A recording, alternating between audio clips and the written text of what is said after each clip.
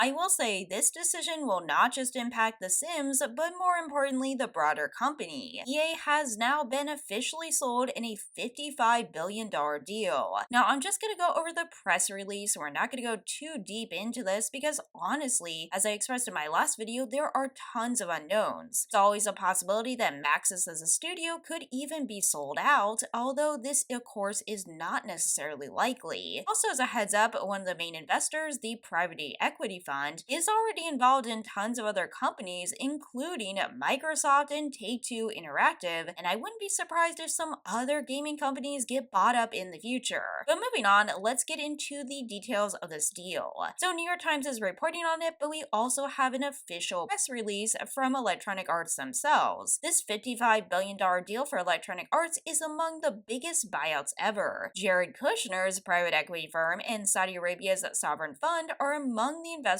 taking the video game private. Electronic Arts has entered into an agreement to be acquired by investors, including PIF, Silver Lake, and Affinity Partners in an all-cash transaction that values EA at a value of approximately $55 billion.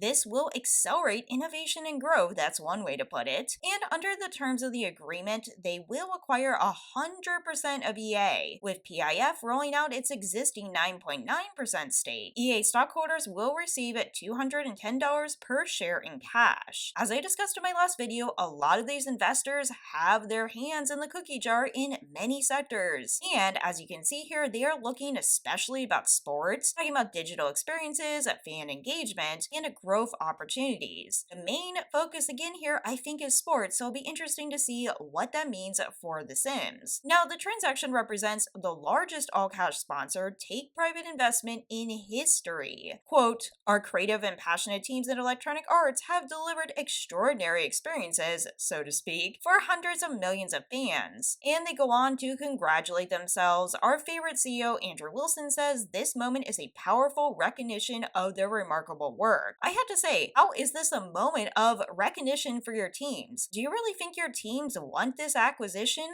I just think this is way out of touch. But moving on, he says, looking ahead, we will continue to push the boundaries of entertainment, sports, and technology. Together with our partners, we will create transformative experiences to inspire generations to come. PIF is uniquely positioned in the global gaming and esports sectors, building and supporting ecosystems that connect fans, developers, and IP creators, said the deputy governor and head of international investments at PIF. PIF has demonstrated a strong commitment to these sectors. Honestly, some of this is not that interesting, it's just PR speak. The investment embodies Silver Lake's mission to partner with exceptional management, and again, they keep congratulating themselves. They say they are honored to invest and partner with Andrew, an extraordinary CEO who has doubled revenue and driven a five-fold increase in market cap. And of course, as I said in my last video, that's what they care about most. They care about profits and commercial viability. Remember, there are 3 different investment groups involved in this deal, so they are going to share the decision making on what it means to be commercially viable. That's why I can't predict what kind of changes they're going to make, only that we are going to see some changes in the broader company. It's also important to note that Andrew Wilson will remain the CEO, which is probably why this deal went through. As I mentioned in my past video, Amazon also supposedly offered, but they didn't want the same leadership. So in